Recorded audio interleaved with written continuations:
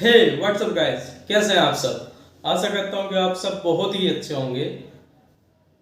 आप लोगों से पिछली वीडियो में बहुत सारा प्यार मिला, इसलिए मैं आपके लिए एक नई कहानी लेके आया हूं। ये कहानी है संजीव कुमार जी की, जो कि गाजियाबाद के रहने वाले हैं। ये अचानक एक दिन अपनी फैमिली को सरप्राइज देते हैं और कहते हैं कि चलो हम घूमने चलते हैं, और ये रात के समय मसूरी के लिए निकल जाते हैं। इनकी फैमिली में इनकी वाइफ, दो बेटियां और एक बेटा होता है। जब ये मसूरी पहुंचते हैं तो इन्हें पता चलता है कि आसपास के सारे होटल, गेस्ट हाउस सब बुक है। अब इस पर इनको काफ़ी समस्या हो जाती है। ये सोचते हैं कि रहें कहाँ, जाएं कहाँ, हम तो घूमने के लिए आए हैं। तो वहीं किसी लोकल आदमी से पूछने पर पता चलता है कि यहाँ से 1 किलोमीटर दूरी पर एक गेस्ट हाउस है, जहाँ पर आपको रूम मिल जाएगा, कमरा मिल जाएगा। और ये निकल चलते हैं उस गेस्ट हाउस की तरफ। गेस्ट हाउस पहुंचकर इन्हें पता चलता है कि ये एक रूम खाली है सेकंड फ्लोर पर, और उस सेकंड फ्लोर पर सिर्फ वो एक ही रूम होता है। बाकी गैलरी होती है और 2 रूम जो होते हैं उनमें परमानेंट ताला लगा होता है। ये कहते हैं चलो भाई, इस ठंड के मौसम में रूम मिल गया, बहुत अच्छी बात है। ये रात को आराम करते हैं और सुबह घूमने के लिए निकल चलते हैं। पूरे दिन इधर उधर घूमते हैं, मज़े करते हैं, और शाम को वापस गेस्ट हाउस में आ जाते हैं। अभी ये आके खाना वाना खाकर रेस्ट करने के लिए जैसे रूम में जाते हैं, उसके कुछ ही देर बाद इन्हें दरवाजे पर किसी के खटखटाने की आवाज़ आती है। ये सब एक दूसरे को देखते हैं कि भाई यहाँ तो हमें कोई जानता भी नहीं है, कौन आया होगा। इन्हें लगता है कि शायद होटल का मालिक हो और कुछ जानना चाहता हो।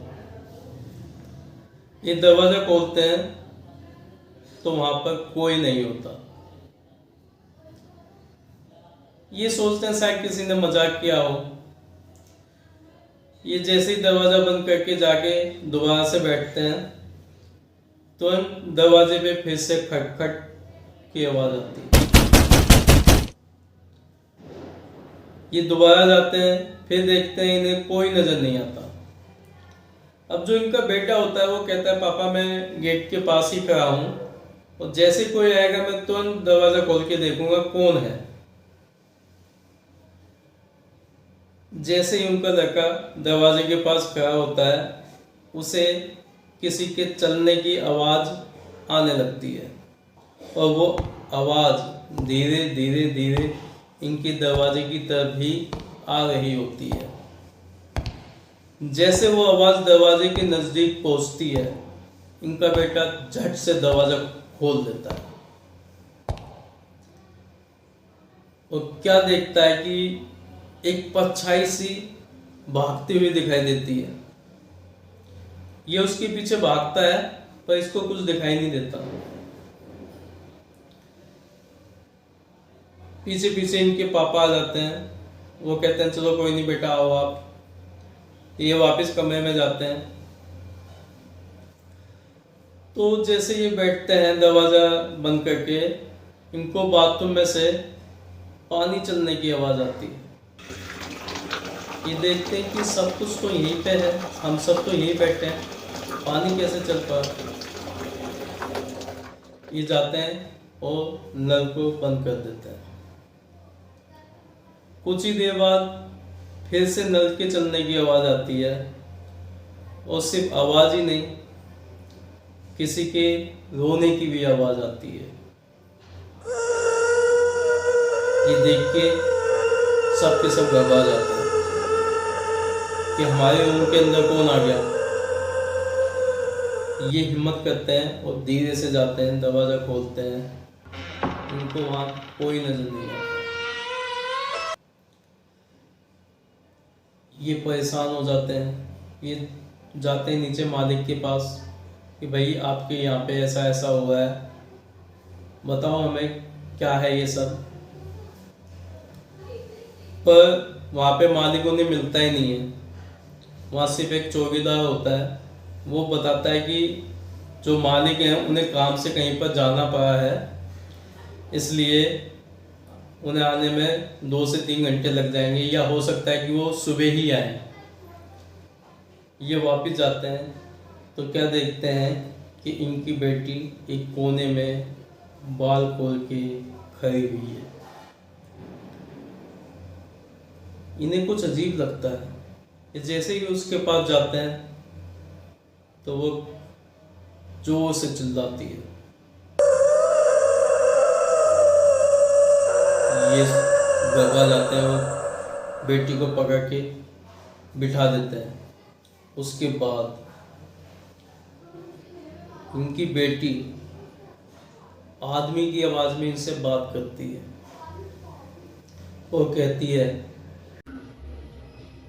कि तुम सब मेरे कमरे में क्या कर रहे हो? वो कहते हैं कि ये तो होटल है और गेस्ट हाउस है, हमने तो ये रेंट पे दिया है, तुम कौन हो?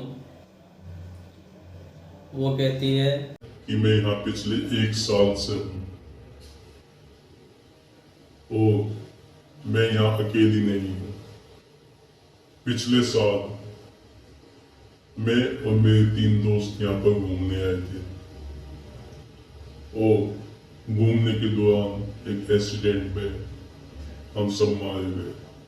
हमारी कार खाई में जाके गिर पड़ी और हमारे घर वालों को आज तक हमारी लाशें तक नहीं मिली। इसी वजह से हम यहाँ भटक गए हैं, कभी यहाँ और कभी जहाँ हमारा एक्सीडेंट हुआ था वहां।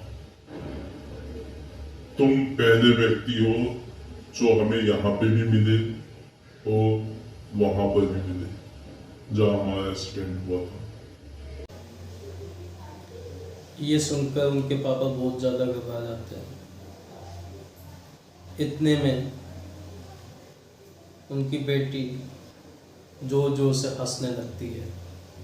वो कहती है कि तुम्हें घबराने की जरूरत नहीं, हम तुम्हें यहाँ रुकने की इजाजत दे सकते हैं, पर हम भी यहाँ साथ में रहेंगे।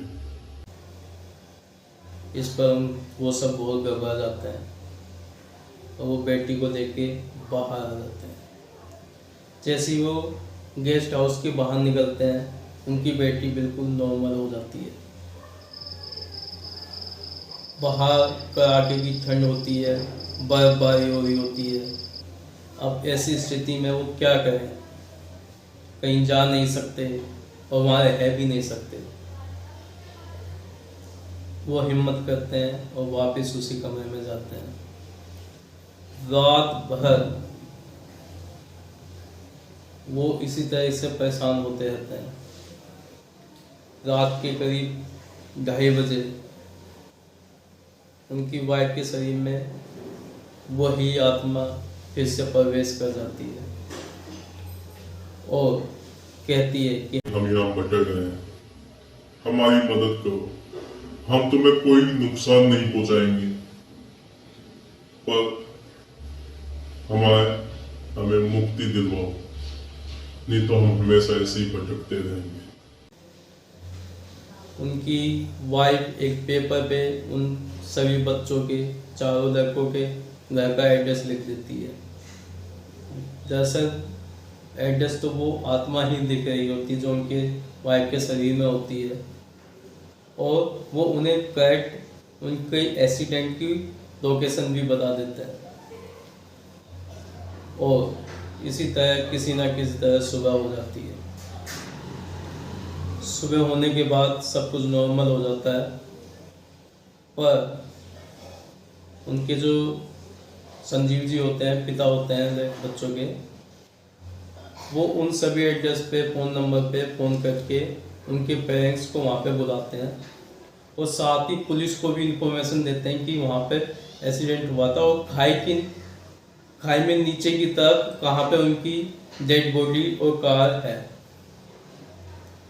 सब कुछ मिलकर, सब मिल मिलाकर उनकी बॉडी तो उस समय तक बची नहीं होती, अस्थियाँ होती हैं, हड्डियाँ होती हैं, उन्हीं का क्रियाक्रम करवाया जाता है।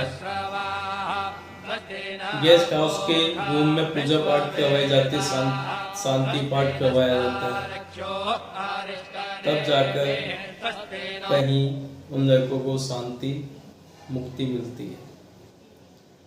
दोस्तों, कभी कभी ऐसा होता है कि इंसान अपनी अधूरी इच्छाओं को लेकर मर जाता है, या उसके मन में कोई ना कोई शंका होती है, कोई ना कोई इच्छा रह जाती है। उस इच्छा को पूरी करने के लिए वो आत्मा के रूप में भटकता रहता है। जरूरी नहीं कि वो हमें नुकसान ही पहुंचाए, हो सकता है कि वो आपके माध्यम से अपनी मुक्ति चाहता हो। इसलिए हमें सभी आत्माओं को बुरा नहीं समझना चाहिए। तो अगर आप कहीं जाते हैं तो एक अच्छे से पहले से प्री प्लान करके जाएं, ताकि किसी को इस तरह की पैरानॉर्मल एक्टिविटी से सामना ना करना पड़े। क्योंकि वो गए तो घूमने के नाम के थे संजीव जी, पर उनका पूरा वैकेशन इसी चीज़ में निकल गया। पर इसमें एक अच्छी बात हुई कि उन सबको मुक्ति मिल गई और आगे से वहाँ रुकने वाले कोई भी व्यक्ति परेशान नहीं होगा। तो अगर आपको मेरी वीडियो पसंद आई हो तो वीडियो को लाइक करें, शेयर करें और चैनल को सब्सक्राइब करें। Thanks for watching.